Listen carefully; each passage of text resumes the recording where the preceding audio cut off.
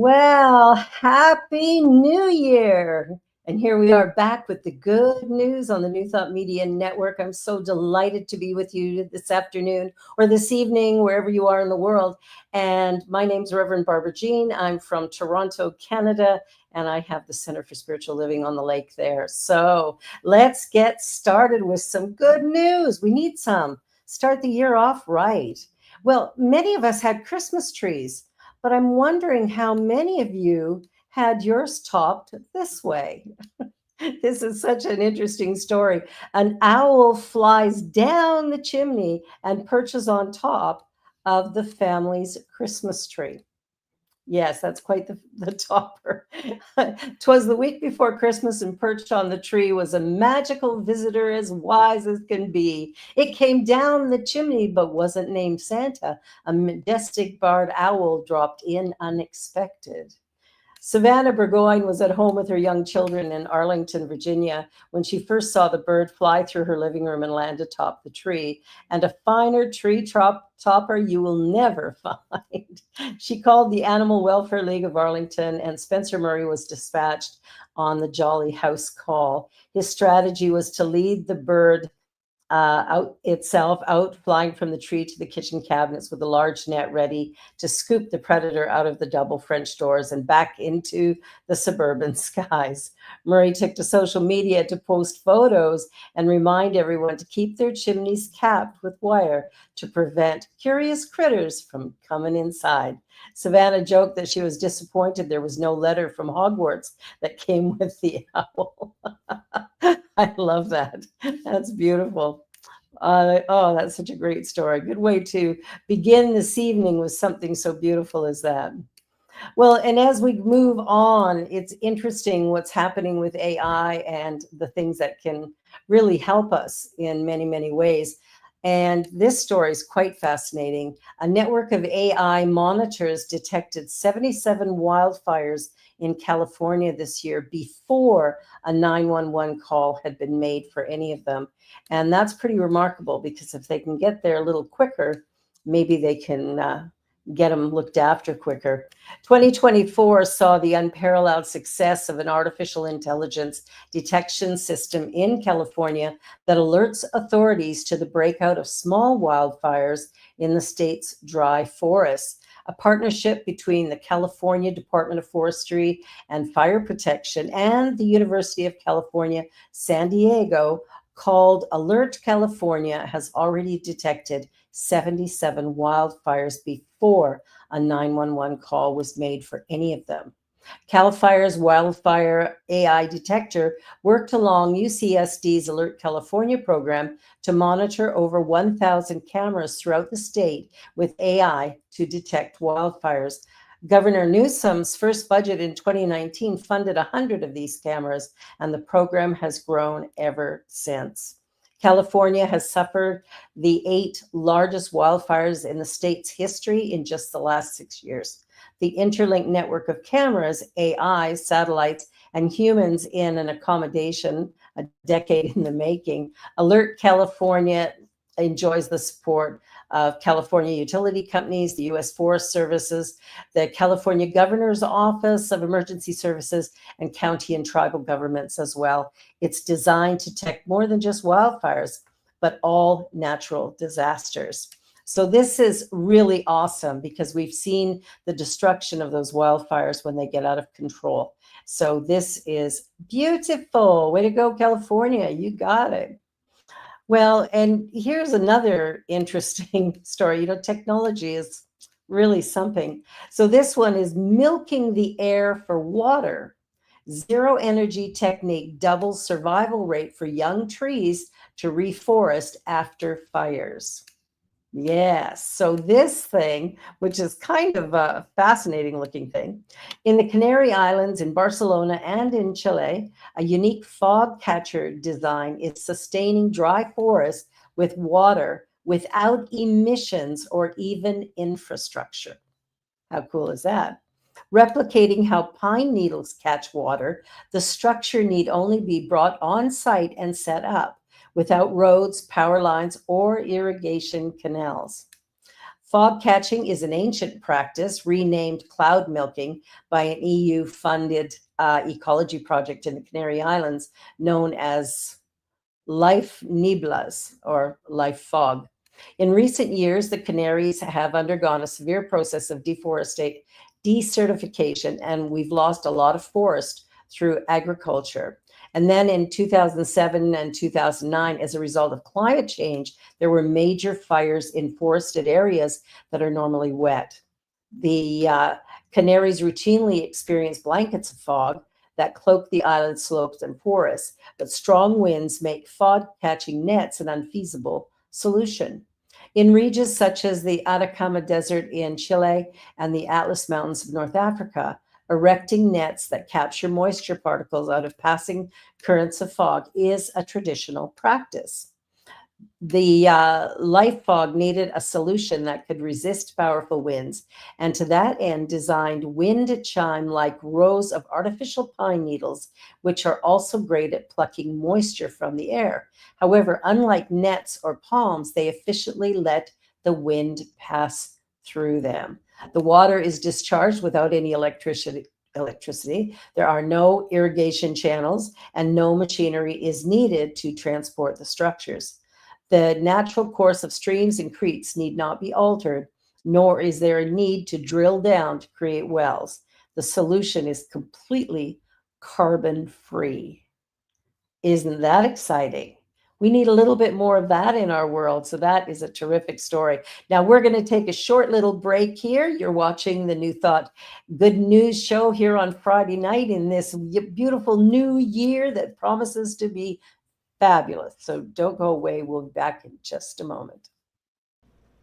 Please help us say thank you to our organizational sponsors, including the Hepperlin Foundation, Affiliated New Thought Network, International New Thought Alliance, Science of Mind Archives and Library Foundation, Center for Spiritual Living Denver, Center for Spiritual Living Midtown, New Thought Philadelphia, Planned Happiness Institute, Summit Center for Spiritual Living, One Heart Retreats, Center for Spiritual Living on the Lake, Unity Spiritual Center, Kitchener, Om Center for Spiritual Living, La Mesa, Satya Center, Center for Spiritual Living, North Jersey, Unity of Savannah, and Center for Spiritual Living, Seattle, as well as all of our individual donors. Thank you for making New Thought Media Network a place to be. Please come be you. And remember, like, share, and subscribe. New Thought Media Network, positively inspiring.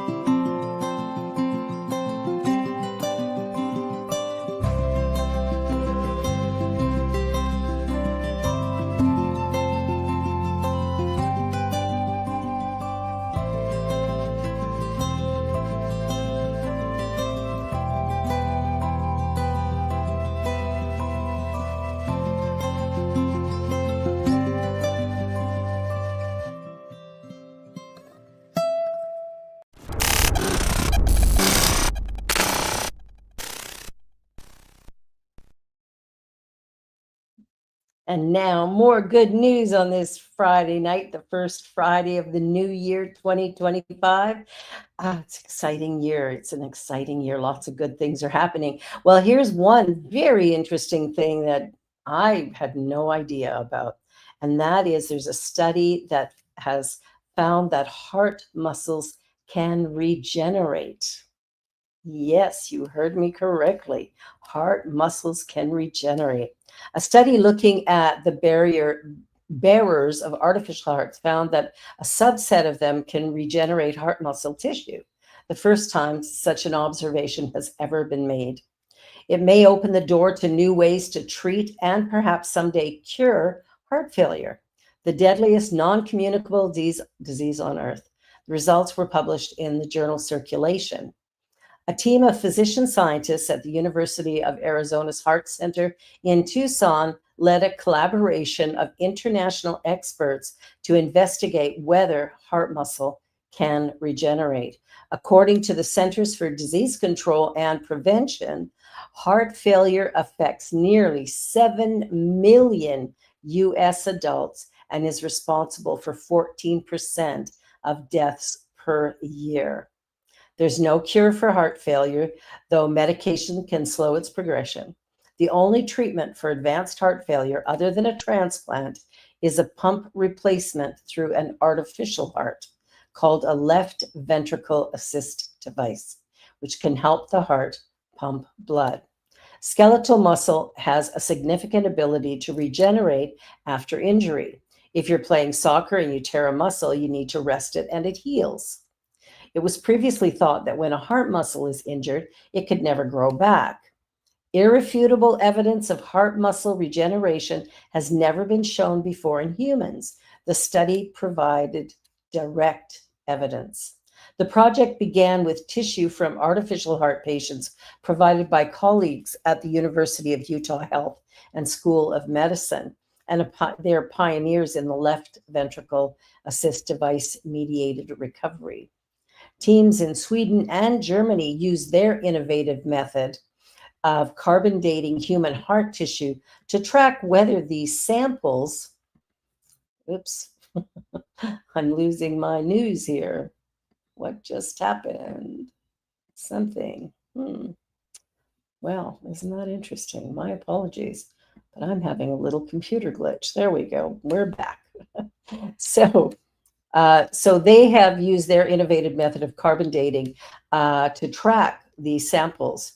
And the investigations found that patients with artificial hearts regenerated muscle cells at more than 6 times the rate of healthy hearts.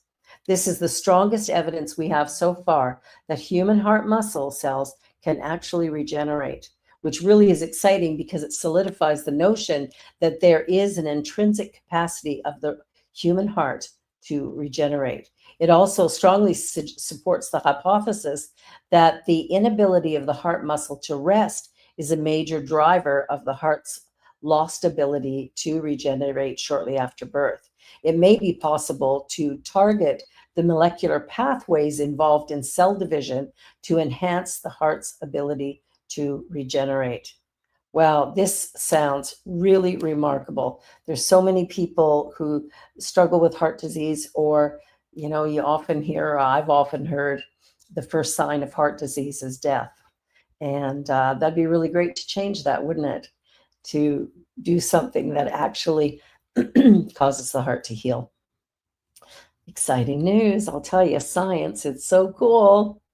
All right, well, let's just talk a little bit about people. And we get our news from a couple of places. One is the good news, and the other is sunny skies. So if you're ever looking for something to uplift you, that's 2 places that you can go if we're not on air at that time. So this young man was rescued by his brother when he was trapped in an avalanche. A snowmobile trip in Utah's Franklin Basin on Christmas Eve turned into a dramatic life-saving rescue when Braden Hansen heroically pulled his older brother Hunter from the clutches of a powerful avalanche. The brothers were navigating the snowy hillside when the avalanche swept down, engulfing Hunter. I felt like I was in a washing machine, tumbling and then packed into what felt like concrete. I couldn't breathe. I couldn't do anything, Hunter recalled. From a higher vantage point on the hill, Braden watched helplessly as the avalanche overtook his brother. Reacting swiftly, though, he activated his avalanche beacon, a vital tool that pinpointed Hunter's location roughly 150 yards from where he had been moments earlier. I could see his hand, his gloves poking out, waving, Braden described. But by the time he reached Hunter, his brother's head was buried under 2 feet of snow. Braden immediately cleared the snow around his head, removed his helmet, and ensured he could breathe. From there, he dug him out. Thanks to Braden's quick thinking, the brothers safely rode back to base, shaken but unharmed. Hunter expressed heartfelt gratitude for his brother's life saving actions. I told him I was on my last breath, he said. I feel very blessed and lucky. So if you're out, in the mountains in the winter, having one of these little finder things would really be helpful so you can track each other and maybe make a difference in the long run. Way to go, boys. That's a great story. Well, here's a kind of freaky story, but it's very cool. This woman, an English woman, wakes up from a stroke speaking Italian with an accent, and she's never been to Italy. I'm serious. How crazy is this? A stroke has left a British woman with an Italian accent and an ability to speak the language despite never having visited the country. Althea Bryden's husband found her unresponsive one evening this summer and unable to talk, so immediately called an ambulance. The 58-year-old stayed in the hospital for 9 days after doctors discovered she had suffered a stroke caused by a carotid web, which can interrupt the blood flow to the brain. After a surgery to remove it, and after 3 months of being unable to talk, she woke up with an Italian accent and the ability to use rudimentary words in the language. I spent 3 months after my stroke thinking I'd never be able to talk again, the grandmother from North London told the news. I felt like a shell of a person I once was. After my carotid web surgery, a nurse came to my hospital bed to do a routine check, and completely out of the blue, I just started speaking. She looked as shocked as I did. I remember thinking, who is that talking? Firstly, I couldn't believe it was me talking, but I also didn't recognize the sound of my voice. Doctors began gathering around Althea's bedside to hear her talk. The more I spoke, the more confused we all became. It was clear that I did have a strong Italian accent, and I had no control over the sound I was making when talking. To her amazement, she was also able to speak Italian, a language she says she never learned or spoke before. Without realizing, I will say an Italian word mid conversation, which is the Italian word for what I'm trying to say in English. I have no idea I'm about to do it. My brain just converts the English word into Italian. Doctors diagnosed Althea with foreign accent syndrome, a rare medical condition that causes a person's speech to sound like they have a foreign accent, even though they haven't acquired it. The term was first coined in 1982 by H.A. Whitaker, who explained that the condition is clearly related to central nervous system damage. While rare, well over 100 cases have been reported in the medical literature. Given the rare nature of the disorder, Althea has struggled because there is nobody she can relate to. Doctors and nurses see me as a bit of a medical marvel. None of the therapists or medical staff have dealt with foreign accent syndrome in their whole careers. So she's feeling a little bit lost at the moment. She goes on to say, I'm so grateful to be alive after my stroke and to be able to communicate after living with no speech for 3 months. But living with FAS is really hard. I wake up most mornings hoping that my old voice will be back again. I don't feel like me with this foreign accent. I can even hear the accent in my head when I'm thinking. It's such a very strange feeling. Well, I can't imagine that. I don't know if you can, but it's one of the oddest things I've ever heard, to be able to speak a language like that. The brain is a fascinating thing. Fascinating, fascinating. So, this is cool. Youngest cancer patient treated with nano knife is cancer free. Good news for that family.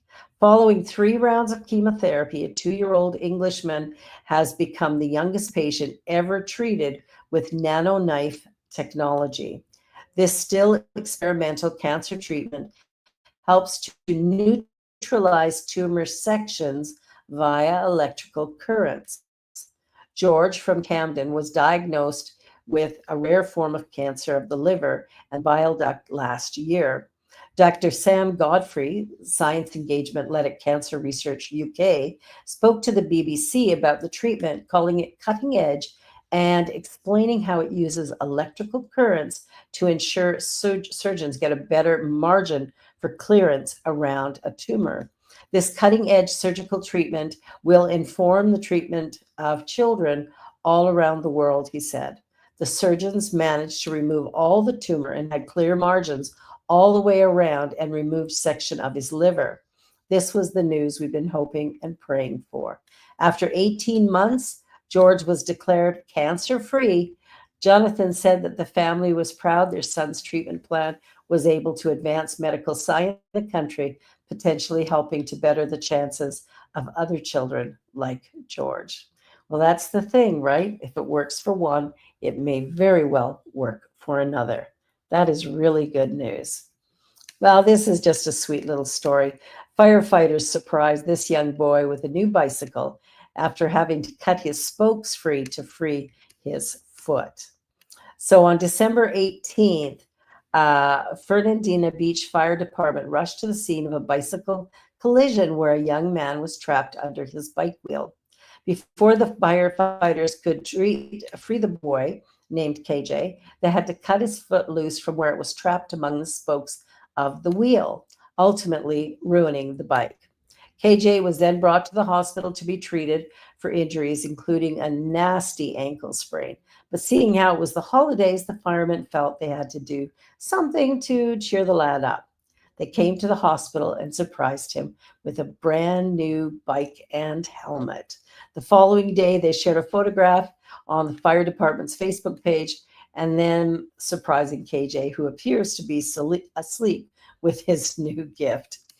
What a beautiful, beautiful story, and what a sweet generosity to actually consider something like that. So bravo, gentlemen. You did a really, really good thing. And I know that young man is totally going to appreciate it. So here's a story. Insurer denies prosthetics. So family crowdfunds 30,000, but angel steps in and girl gives the money to a boy who needs one.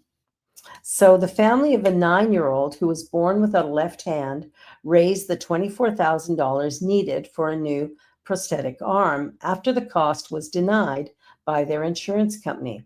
But now the girl is paying it forward to another child. After a good Samaritan stepped in to cover the full cost of hers. Remy Bateman, who outgrew her conventional prosthetic, got the chance to try out a robotic hero arm made by Open Bionics, and she loved it. But the family in Utah was left devastated when insurer Select Health deemed the prosthetic not medically necessary, which was surprising since they'd approved 3 prosthetics before in her lifetime. Even after 2 different appeals, the company said the high-tech device was for cosmetic use only and left Remy in tears. So the family launched a GoFundMe campaign and was able to quickly raise the $24,000 to buy the hero arm outright. But then a company called Crowd Health stepped in to pay for her arm in full. Yay, Crowd Health. Andy Schoonover, the CEO of the insurance alternative that helps people negotiate lower costs for medical bills, was looking for a way to give back over the holidays. He called the family on December 16th, my birthday, after seeing the story about their fundraiser on social media.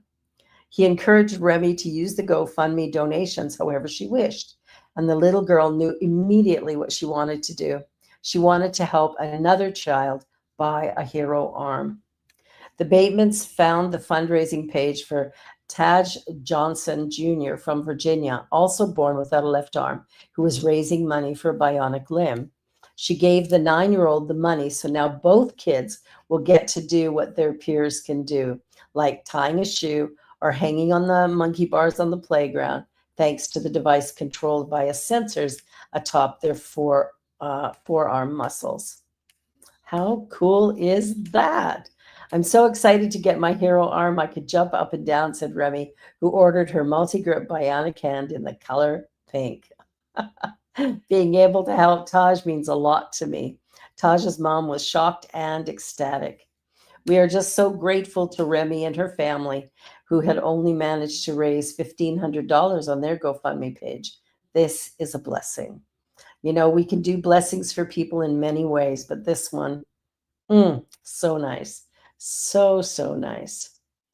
Well, you know how we love puppy dogs.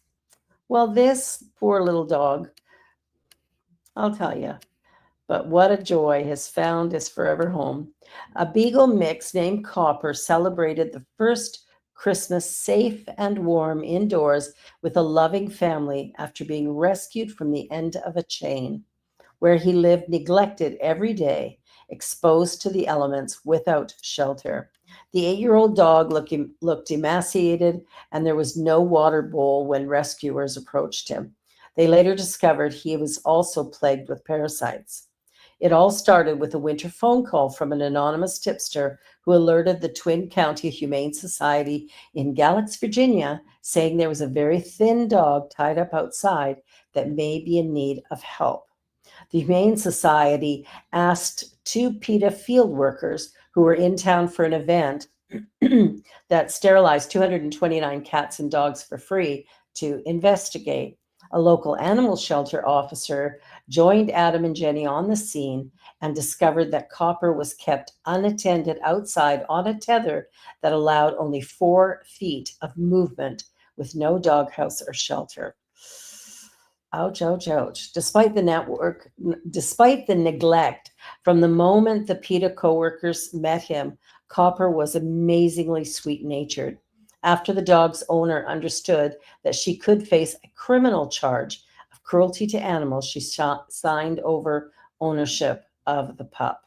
They immediately secured veterinarian care, and the sweet animal was adopted by PETA staffers Catherine Sullivan and Dan Payton, who were newlyweds planning their first holiday together. Copper's recovery and his happy new life are all thanks to one good Samaritan. You know, you might sit back and think saving one dog, how important is that? Well, ask the dog and the family who gets to love him now. All right, last story for today. Again, generosity, generosity, generosity. A stranger gives a $125,000 inheritance to the neighbors. That's cool, right? So from Liverpool comes the story of a son who decided to donate the inheritance of his mother to make his city a better place. When David Clark lost his mother in a cycling accident, he was devastated. He inherited roughly $125,000 from her, but she transferred something else to him as well, a sense of civic responsibility. She had a huge social conscience and was interested in the world and how it worked. A lot of my moral framework comes from her, said Clark. Feeling like he should do something that reflected the woman's values, he wrote to 600 neighbors in his postal code and asked their opinion. What should he do with his windfall? Only 38 people wrote back, and of these, Clark found a committee that nominated 4 different charities who would each receive a quarter of the inheritance. That is generosity that goes beyond. And what a beautiful thing for that young man to do. Well, here we are once again at the end of our show. I'm going to be off probably for the next month or two, but then I will be back because I do like giving good news. I'm Reverend Barbara Jean. This is the New Thought Media Network, and you've been watching the good news here this Friday night. I look forward to seeing you again very soon. And remember, we're here every week, so be sure to like, share, and subscribe. Have a beautiful, beautiful, prosperous new year. Love and blessings.